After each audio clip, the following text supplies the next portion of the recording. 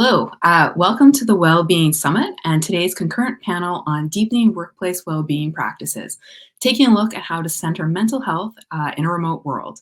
My name is Shannon Van Reyes, and I'm the Canadian Tire Jumpstart Charities Editorial Fellow on transforming volunteerism and work here at Future of Good. And I'm coming to you today from Winnipeg in Treaty 1 territory, which is on the ancestral lands of the Anishinaabe, the Anishinaabe, Dakota, Dene, and Nehiyawak nations.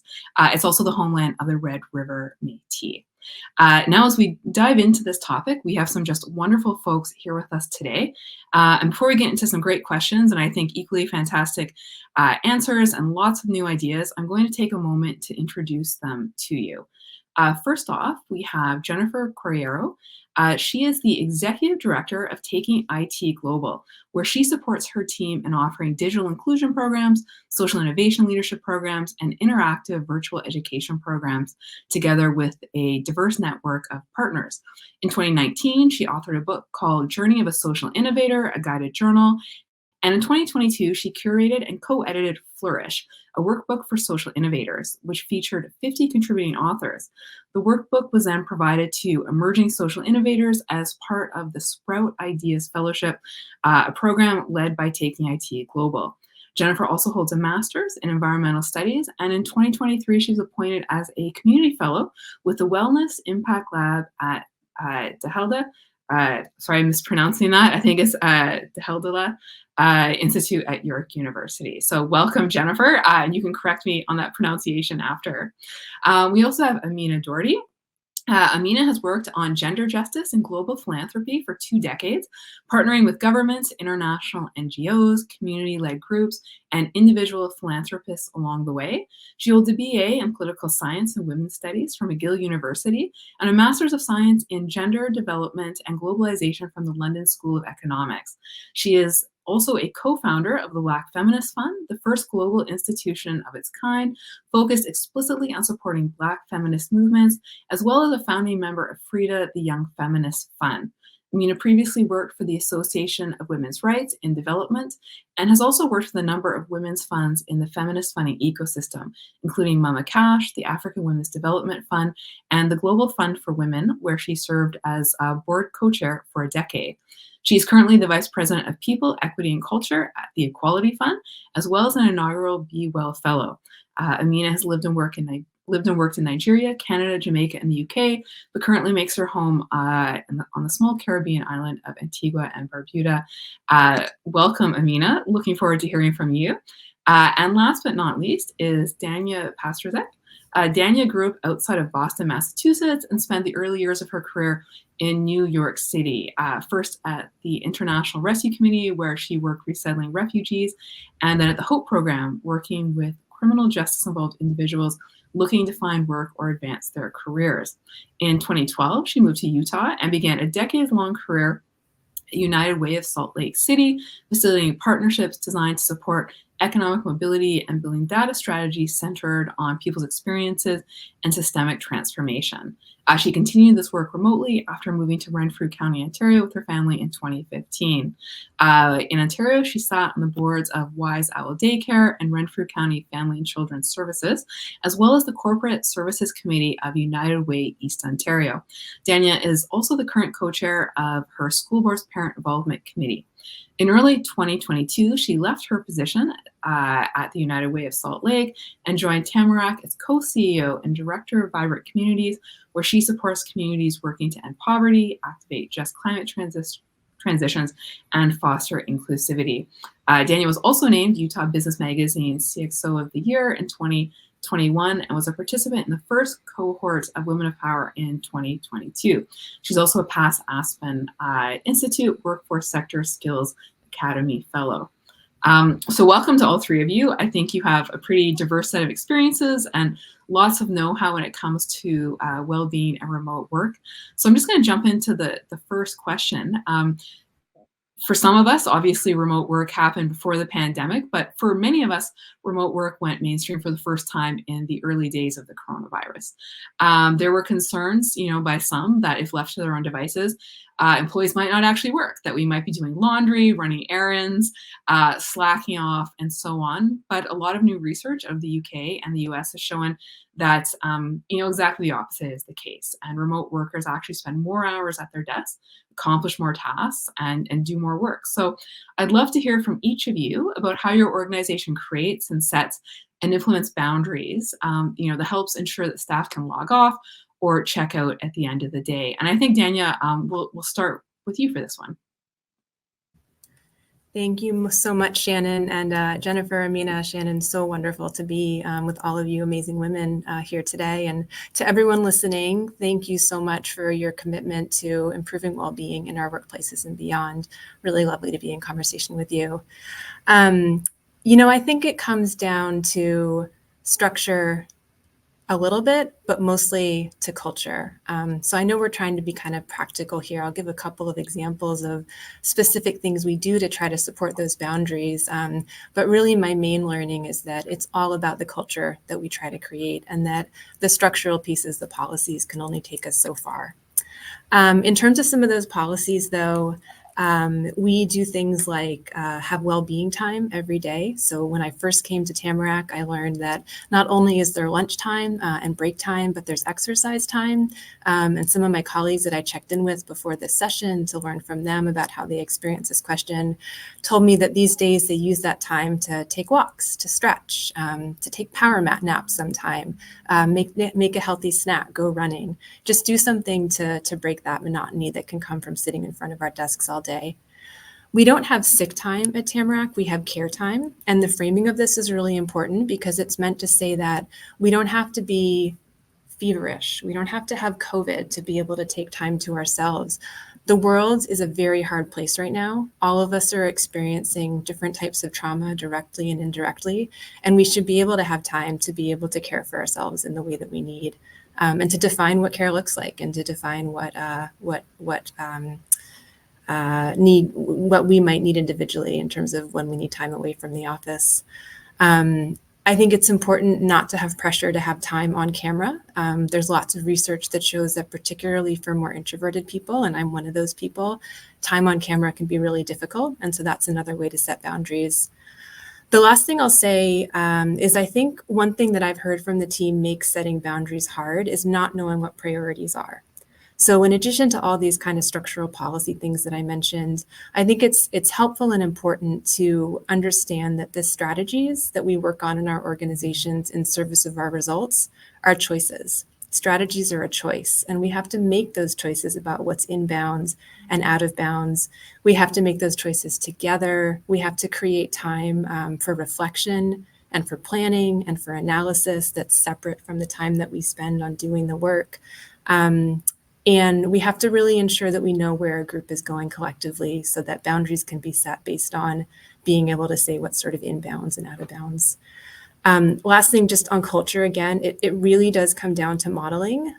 So the simple things, particularly if you are in a position of positional authority, like not sending emails after hours, not emailing folks when they're on vacation or on care time, telling people what you're doing with your well-being time during the day, taking all of your vacation time. I think, we are all being watched, and culture often does start from the top. And so those of us who are in positions of authority really do need to model the setting of boundaries, even when that can be hard. Thanks, Dania. I love the idea of care time. I think that's a fantastic concept. So maybe we'll get a chance to dive into that a little more later. But for now, I will pass it over to Amina, and she can tell us about how boundaries are created at her organization. Yeah, thank you so much for the question. And it's so lovely to be in community with all of the folks here today. I kind of maybe want to start by just saying, I think that feminist organizations have really led the way when it comes to a flexible remote working environment. I have been working remotely for now, it feels like close to 20 years, a little over 18 years. For the Equality Fund, we began experimenting with remote work even before the pandemic hit. So I, as you said in my introduction, live and work from the Caribbean. I have colleagues that work across Canada, and I have colleagues that work in many different parts of the world. And so I think, feminist organizations, particularly those that are doing global work, have, recognized the importance of a global and remote workforce. Often, back in the day when you said you worked for X organization, people would say, well, are you going to be moving to Canada? I didn't have to. I have my family, I'm located in a particular place. And so the organization did kind of lean into this idea of remote work very, very early on. And I think the thing that really impresses me about feminist organizations, in particular women's rights organizations, this idea that we always take what feels impossible and make it possible. But before that, I think really leaning into what Danya said, this idea of like what kind of culture you're trying to build. And I sort of think about some of the things you named as you introed the question, this idea that people might be doing laundry. Well, laundry can happen while you're on a Zoom call. There's sort of something that we need to do that makes people understand that life can continue to happen while you work, and you don't have to stop your life just to be able to get your work done. But I really want to lean into this piece around not just the culture you're trying to build, but this idea of a trust-based work environment. So at the Equality Fund, we promote flexible working, and we recognize that we trust staff to be able to get their work done. And so we work a 35-hour work week, but we also recognize that staff have caregiving responsibilities. We have staff across different time zones. And, there are many different kinds of personal needs that emerge over the course of a day. And so we trust that at the end of the day, folks know what their responsibilities are, and they will get the work done, and where things need to shift, they will communicate that to whom they need to communicate it to. I think the challenge that we have come up against is a little bit of over communicating, in fact, because people are so not used to being trusted in the workspace that they feel like they have to tell the entire organization everything, right? And so we have a very active Slack community. And so as part of the People, Equity, and Culture team, we are sort of trying to shift people away from that. If you need to step away for, 10 minutes to make lunch for your kid who's home, the organization trusts you to get your work done. We don't need to be informed of that. But I think people still really feel like they have to document every moment of every day when they work remotely. I just want to give a couple of things that we do at Equality Fund. We do have practically a right to disconnect policy.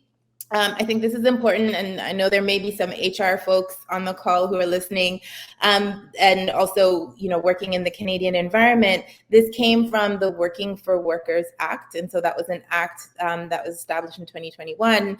And so it's important that employees know that they are not required to respond to emails, after working hours. They are not required to get on a Zoom call or respond to an email. And so we've put that in an organizational policy called our right to disconnect policy. So folks, it's sort of, we say it, but it's also on paper. There's something that says you are not required to respond.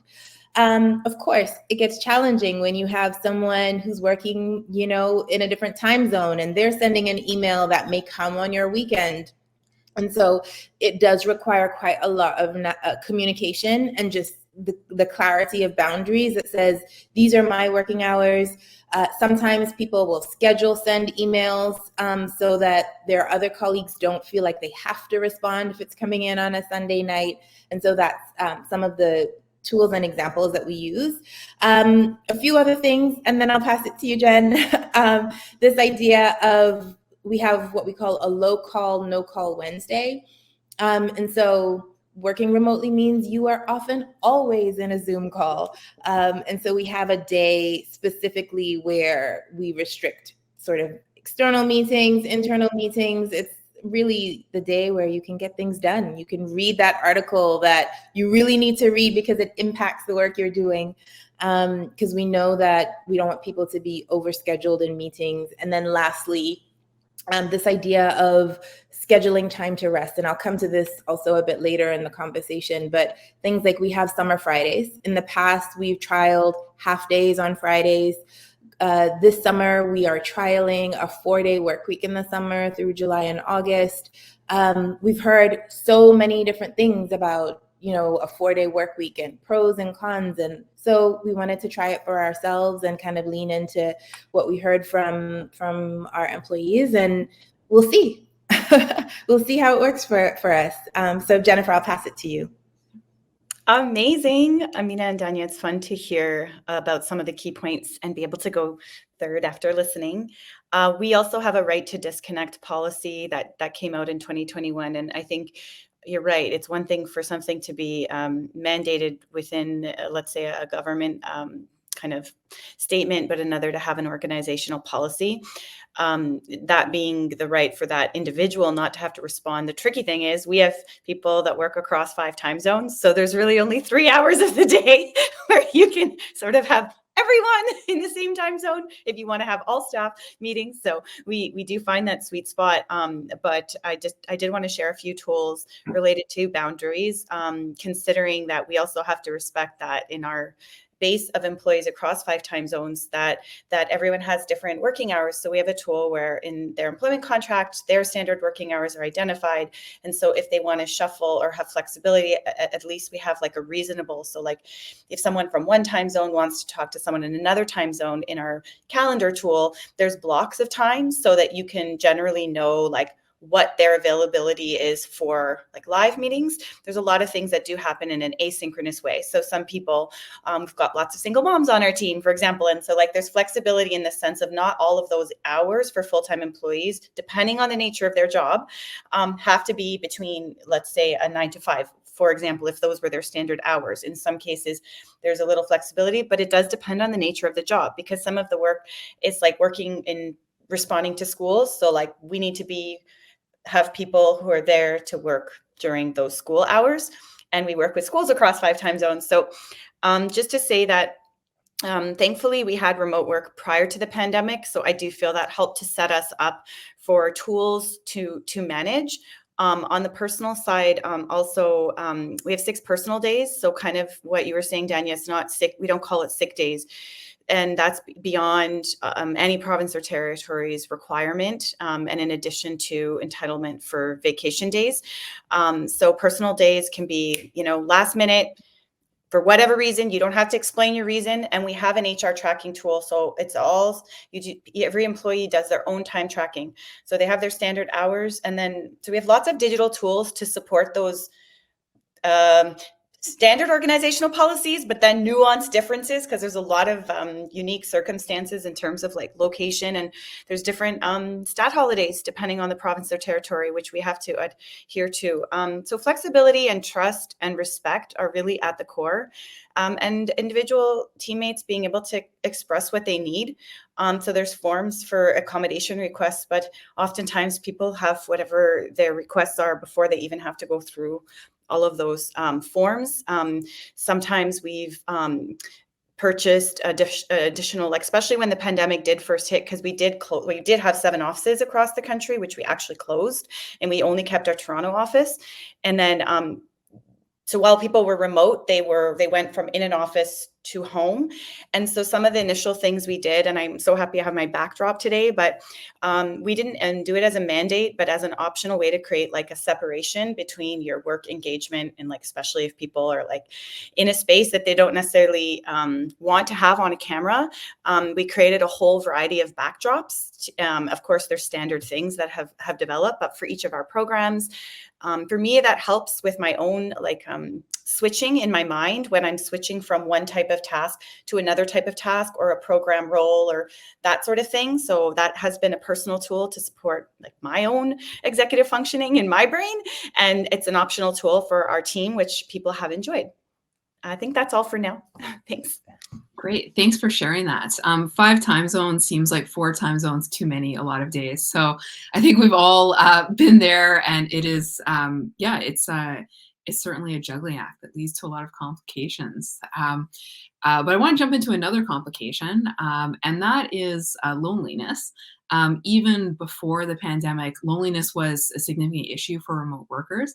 A study by a US health insurer in 2019 found that 61% of remote workers described themselves as feeling lonely, which is a massive number. But in 2019, only 7% of Canadians worked remotely. So today, more than 20% of Canadians worked remotely. And obviously, a lot of nonprofits have moved in this direction along with the general workforce. Another 12% in Canada work in a hybrid work environment. So I'd really like to know, what strategies or systems your organizations have in place, or even you personally, to prevent or mitigate loneliness, or alternatively to build community and connection. So Amina, I think I'll start with you for this one. Yeah, thank you for this question. I think it's a great question. I also will make lots of space for colleagues. I'll start off by saying I think it's really important to socialize and train managers to really ask their team members what they need, right? Because some folks, myself as an example, I've been working remotely for a long time. So I often don't sort of personally feel the same level of need that folks who may have just started working remotely do need. And so I think it is, with any relationship that you're cultivating or any community that you're cultivating, it's important just to ask people what they need. And so that looks like, can we have a standing check-in a 30, 15-minute check-in every Monday or every Friday, whatever works for you? Some folks will say, yeah, once a week, I need that. That's really important to me because I need to have that sense of connection with my manager or with a team member. Others will be like, let's do it every 2 weeks. I think I'm good. And so you really have to lean into asking more of people what they need than perhaps you might do if you were in an office environment where you can run into someone in the hallway and just say, hey, can I grab 5 minutes? And so it's a really intentional requirement, I think, that managers should have and folks should know. But other things that we've tried to institute at the Equality Fund, recognizing that we are Canadian-based but working globally, is that we have hubs of teams, and so we encourage folks to meet during work time, but to meet socially. And so we do have, for example, hubs of colleagues in Toronto and in Vancouver.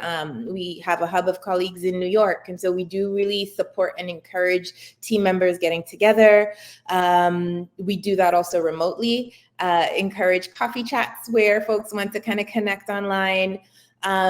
We have, for each team at the Equality Fund, we ensure that the teams meet in person at least once a year.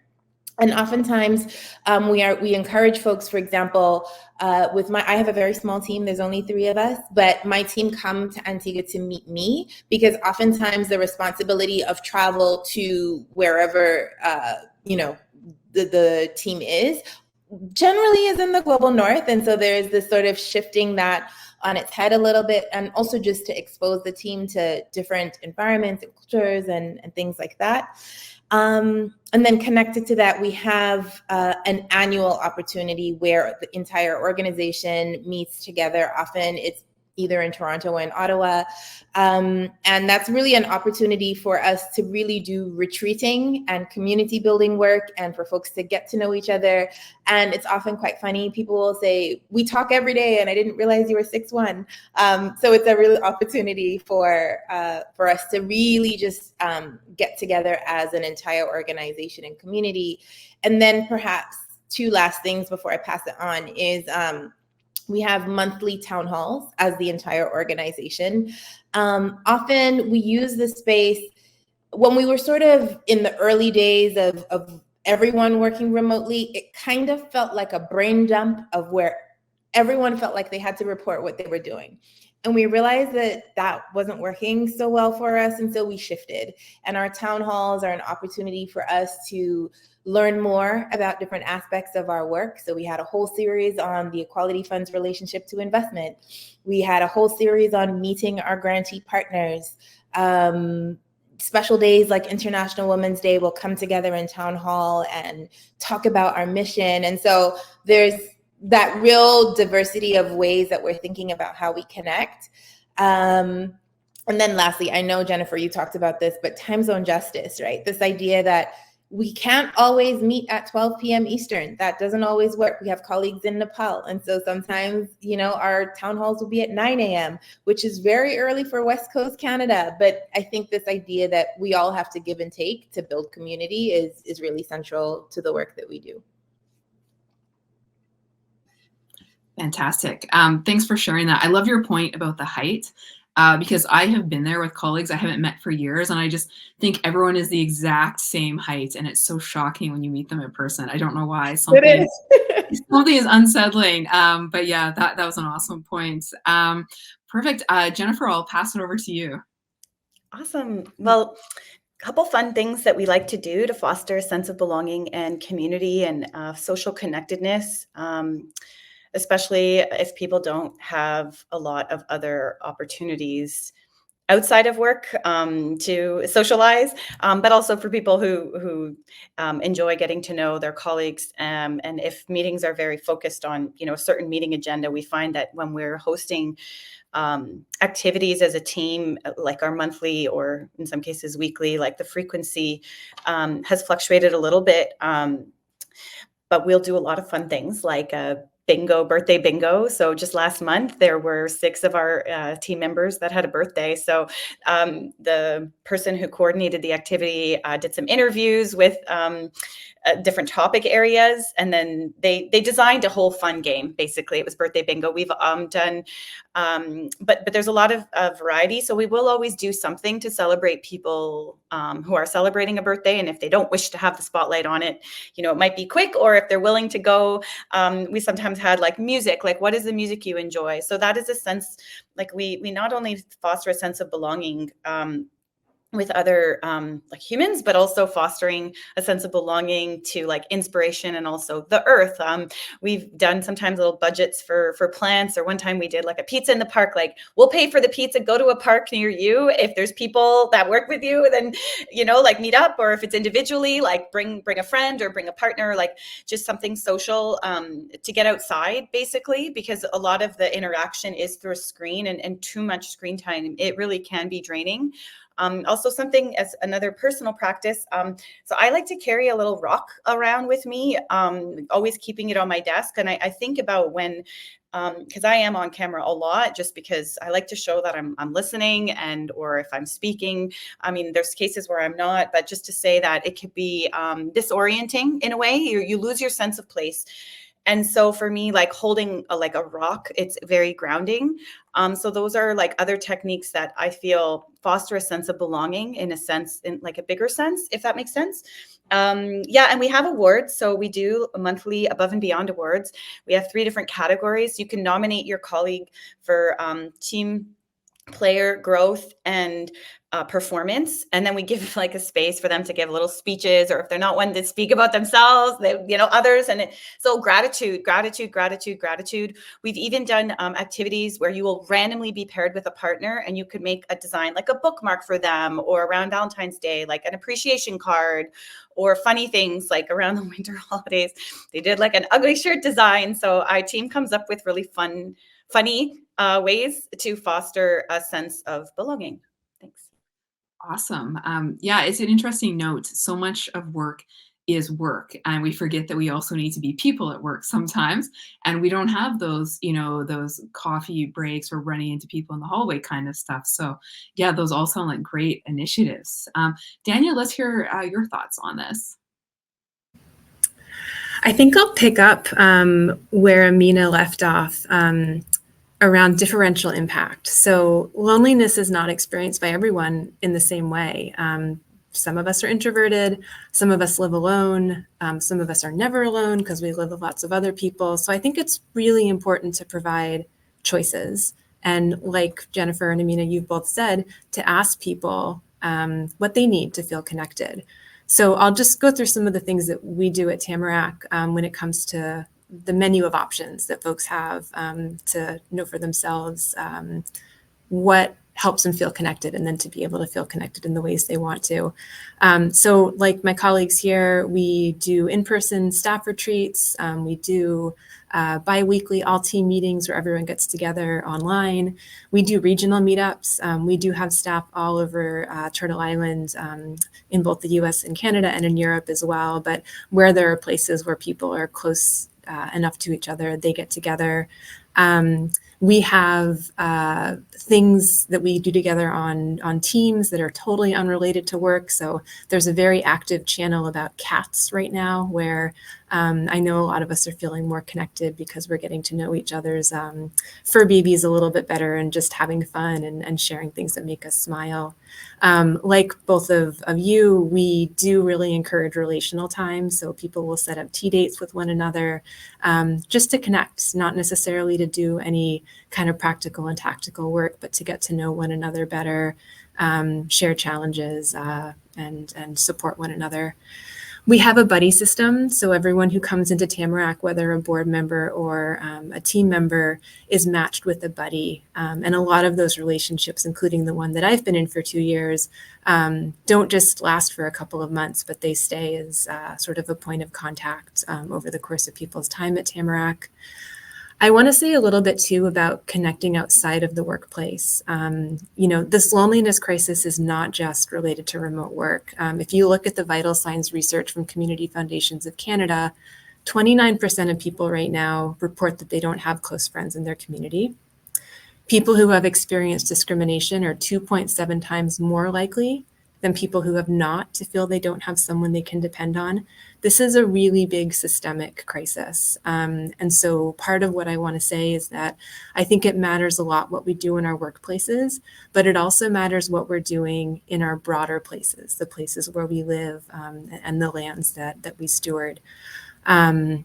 And so encouraging people to, if they are working remotely and they want to get out and to make some local connections. A lot of us work in networks and might have partners in communities that we're in that we can go and spend time with on site.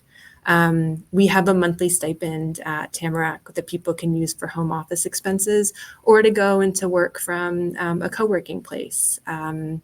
Or we have gratitude and learning funds that people can use to go and meet someone for coffee from their community, or to send someone that they work with a small gift just to surprise them and make them feel appreciated and seen and heard. So I think it's important to note that it is about workplace, but it also is about how do we foster these conditions of connection in the places that we are as well, maybe especially if we're working remotely and we don't have those sort of water cooler in the hallway interactions that all of you have referred to.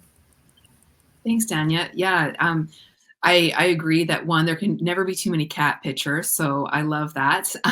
But also that it's important to remember that we do live in communities, even if our work is somewhere else. And making connections where you are outside of work is definitely a lifesaver. So excellent. And I guess maybe moving a little bit away from that, although not entirely, I'm going to throw in sort of a chicken and egg question. And I think we've all seen and heard about a variety of programs and approaches prioritizing the mental health of employees. And some of those relate to assistance programs for staff, mindfulness workshops, so on and so forth. But there is a move to provide services to people that directly address mental health issues in the workplace. So my question for each of you is, if the workplace is the underlying issue here, the catalyst behind these problems, why is the sector so much emphasis being placed on creating the ideal employee rather than the ideal workplace? If we know remote work is the problem, we're not trying to solve or eliminate remote work. We're kind of, trying to fix the problems it creates. So I really want to get people's perspectives and, kind of just free-ended thoughts on this. And Jennifer, I'll start with you this time. Thank you. I am with you on focusing on fostering an ideal workplace. So for us, for me, I started this organization 25 years ago, actually.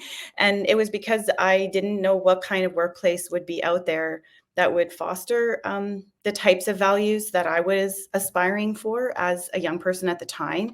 In this sense, there's many motives, but just to say that was one that was part of the hopeful aspirational goal of getting something started. And there's this collective sense of imagining that happens. As far as employee assistance programs go, when the pandemic did first hit, one issue I faced was that I was the emergency button for a lot of stuff, way beyond what I could do on my own. And so we did research and expand services offered through our employee assistance program to include mental health.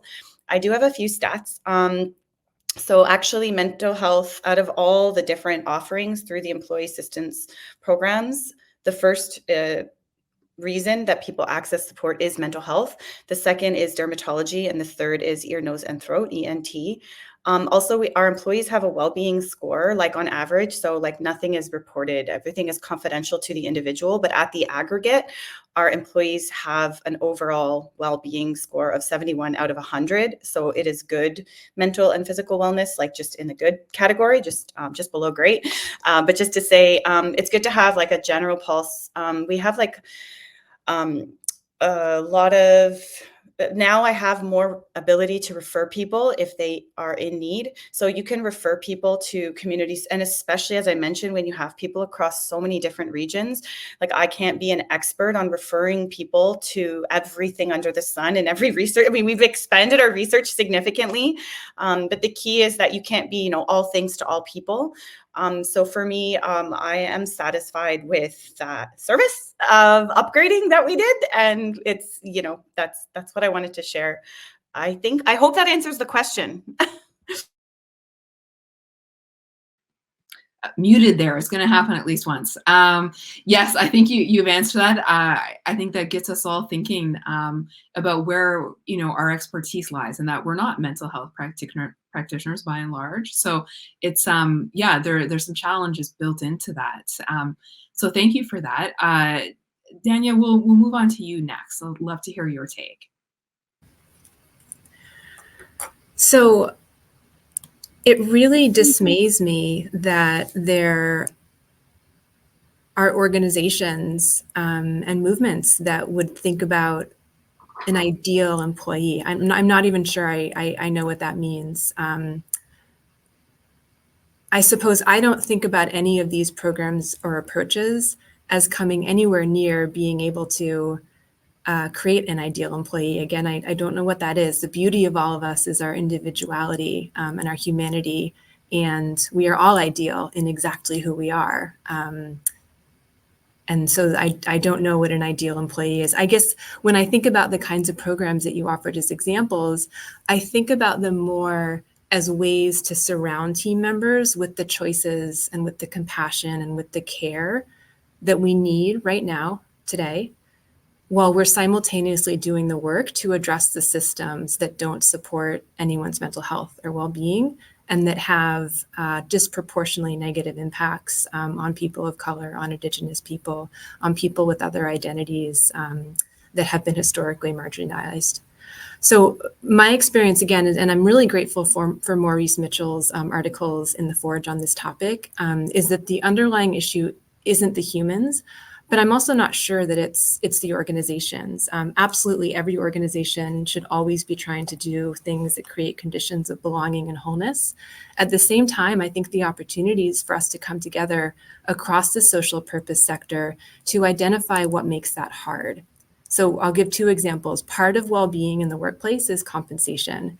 And until we can create the wages that are commiserate with the hard work that everyone in this sector does, achieving well-being is going to be very difficult. And we need to use our loud voice. We need to create a louder voice. We need to put lots of pressure, positive pressure, on understanding why it is that the revenue sources that would allow us to raise wages in this sector aren't in place right now.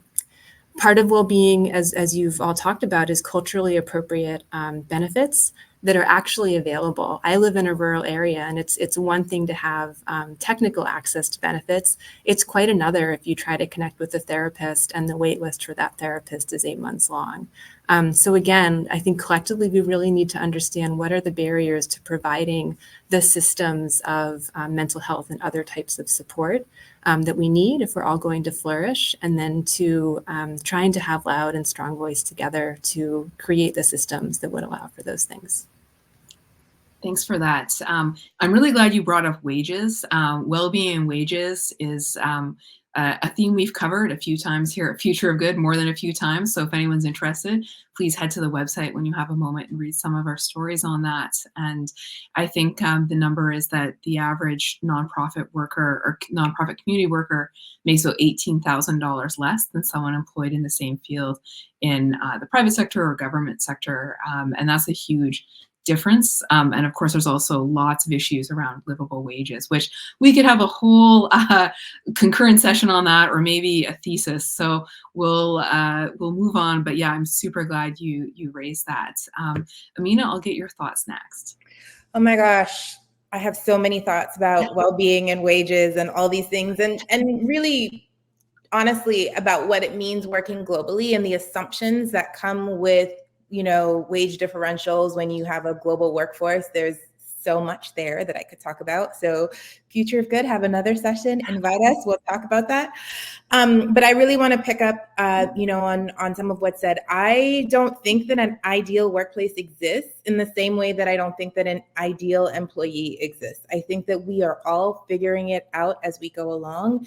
And in fact, it is really and has been really important for us as the Equality Fund to name that we are a learning organization.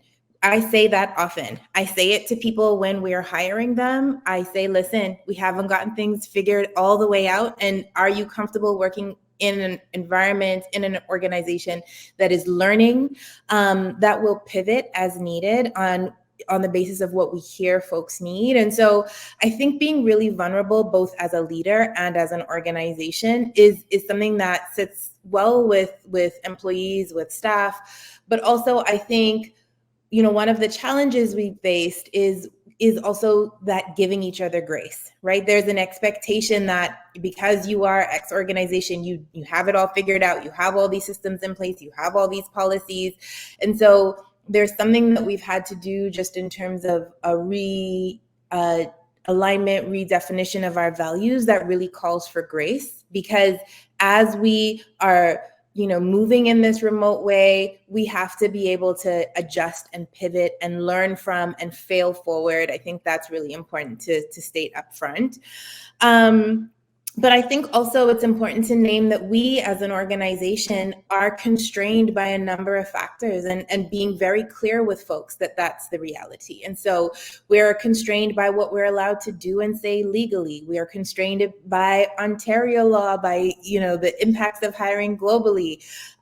There are real constraints that organizations have to face. And I think coupled with what employees would like you to do, what they want you to do, and also what the organization wants to do to live into its values. There are tensions there that I think you're never going to sort of hit the balance all the time, but it's important to be clear, we have to do this because it is a legal requirement that we have to do. And, let's be real, we continue to operate in a capitalist system that prioritizes productivity. We have to name that. Recently, I was reading Tricia Hersey's NAP Ministry. If folks haven't read it, read it. And this idea of rest being resistance, and the immense pushback that she got when she put that body of work forward, because it's this idea, well, we should be working, we should be productive. And so what space is there for rest? What space is there for well-being? I think that the systems that we work in, and I was listening to Joanna Kerr earlier talk about, the limits of neoliberalism and what that means for those of us doing this work within the container of that kind of thing, means that there are things that we are restricted by, but we have to continue to push. And so as an organization, practically what that means is we have to be willing to listen. Listen, folks might hate the EAP, Employee Assistance Program, and we have to be willing to listen. We don't just say, well, that's what we provide because that's, our organizational policy. We have to say, well, okay, if it's not working, what can we do differently? But we have to provide something.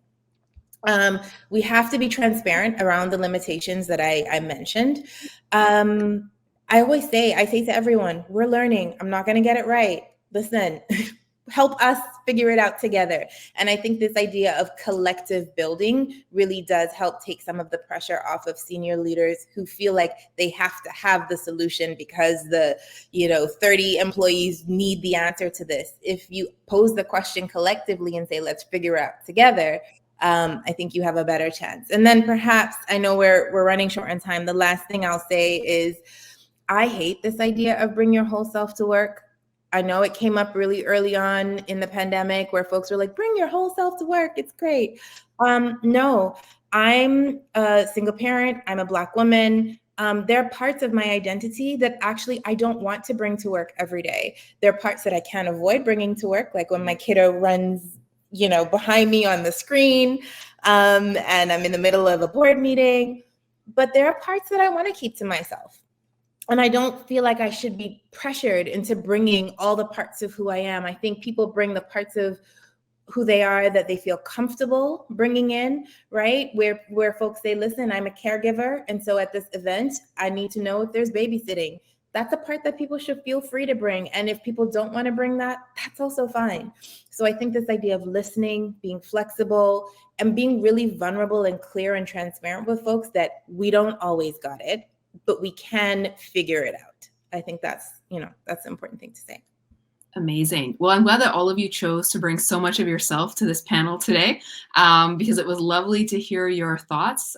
We're out of time, so we didn't even get to all these other great issues. We'll save it for the next event. But thank you for being here, and thank you for everyone who logged on to participate and send questions and thoughts. I hope you enjoy the rest of the Wellbeing Summit. Take care, everyone. Thank you. Thanks. Hi, everyone. I hope that you all enjoyed your concurrent sessions, whether you attended the one on toxic workplaces or well-being in the workplace. Now it is just past 1 p.m. Eastern Standard Time. We will be going into the team experience time. Now, if you are a leader of a team or a manager or director in an organization, you would have gotten access to the experience guide. This is your opportunity to connect with your teams, share the learnings you've had so far as a collective, and talk about some of the actionable elements that you can take away from what's been discussed. That guide walks through a number of different activities you can do as a team, and we really encourage you to take the time to do that. After you've gone through your team reflection time, we then move into our break. We will be back at approximately 2 p.m. Eastern Standard Time for our next set of concurrent workshops. You can join those directly on whichever workshop that you are registered for. Between your team experience time and the break, we really encourage you again to explore brain dates. This is the best opportunity to get that one-on-one, semi-in-person experience that we can't always replicate in a virtual environment. We're really excited to bring Brain Dates platform to all Future of Good events, and it is going to be an incredible opportunity to connect with panelists, your coworkers, colleagues across the sector, and most excitingly for us, get some reverse mentoring opportunities with our young impact leaders. So much of what we've talked about today is about organizations learning to challenge the systems and structures that we've been a part of for so long. And learning from the next generation is an incredible way to do that. So please check out Brain Dates. And finally, take a break. Summits can be long, workshops can be long. All of these experiences can be draining. And this is a well-being summit after all. Eat lunch, get some water, get a stretch, do what you need to do for your own well-being. Thank you, and we'll see you this afternoon.